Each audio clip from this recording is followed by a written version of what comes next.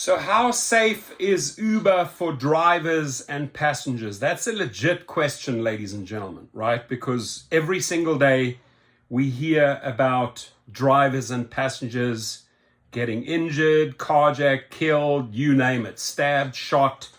It's a never-ending story. So how safe is it really? The company's safety report has startling findings. Now, let's jump in here. It says on Thursday, Uber released a safety. Now, if Uber is releasing the safety report, right, it is a percentage of the truth. Most of the cases, they will try and fight and not get on those records. I have spoken to countless women and their sexual harassment or guys or drivers by the passengers were not reported, or police didn't want to hear about it, Uber did not want to hear about it, Lyft. So there are thousands and thousands and thousands of reports that do not make it into this data, into these statistics, because Uber and Lyft will find ways to circumvent it. What usually shows up if somebody files a lawsuit or files a police report, then, they are forced to put it as part of the data, part of the statistics. But the majority of the stories are swept under the carpet, and that is a fact. So here it goes. Uber released a safety report that tackles reports the company has received about fatalities and sexual misconduct.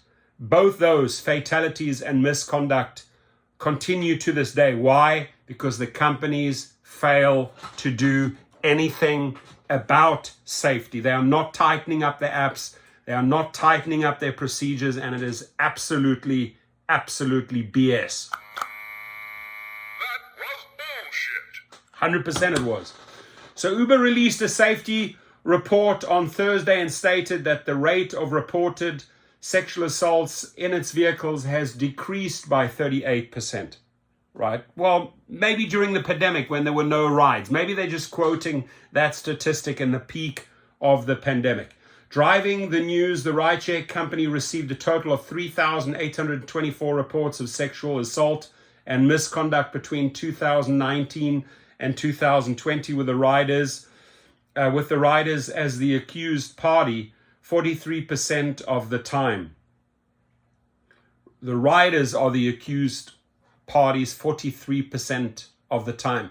That percentage, my friends, I can tell you is much higher, because most of the riders that are committing the sexual harassment get away with it. It doesn't even make it into the record. So that 43%, I'm telling you right now, it does not reflect the true percentage. And your thoughts, right? Please, if you're a guy and a girl and you think that 43% is accurate, I think it is extremely inaccurate, because they are just not capturing that data or finding ways to eliminate that data so it doesn't show up in these sexual harassment reports.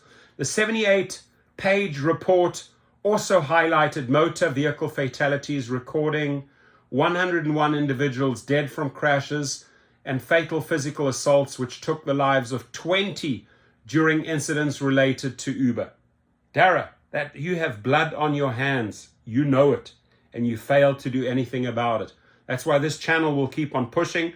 That is why we are initiating the Smart Strikes as of today, July the 4th, ongoing, 7 to 8 every morning, AM, 7 to 8 PM every night, to take a stand against this and push for better improvement of safety for all drivers, period, right?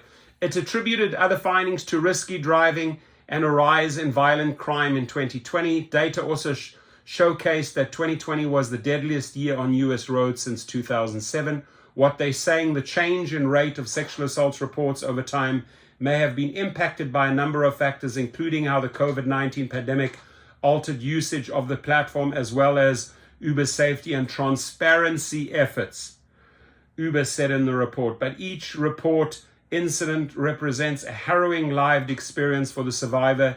Even one report is one report too many. Worth noting, the company saw a decrease in trips booked by as much as 80% in April 2020 during initial COVID-19 lockdowns. In fact, ridership decreased by 750 million in 2020 compared to the year prior. On the other side, Cherry Murphy, a spokesman for the driver advocacy group Gig Workers Rising, phenomenal group, check them out, questioned how safe Uber was for drivers. Uber executives want you to think that throwing numbers and statistics at the reporters will fool us into believing Uber is safe for workers and for passengers. Amen. Thank you for speaking the truth. Murphy said, but workers have long known that the safety features they speak of are fake and fail to keep workers safe. 100% correct. And that's why I'm exactly on the same page with them, right? They fake. They're absolutely fake. They push these numbers. Oh, reporters, go and push these numbers out. Well, that's the minimum you want the outside world to know. They are not revealing the truth, my friends. Please comment. Thank you.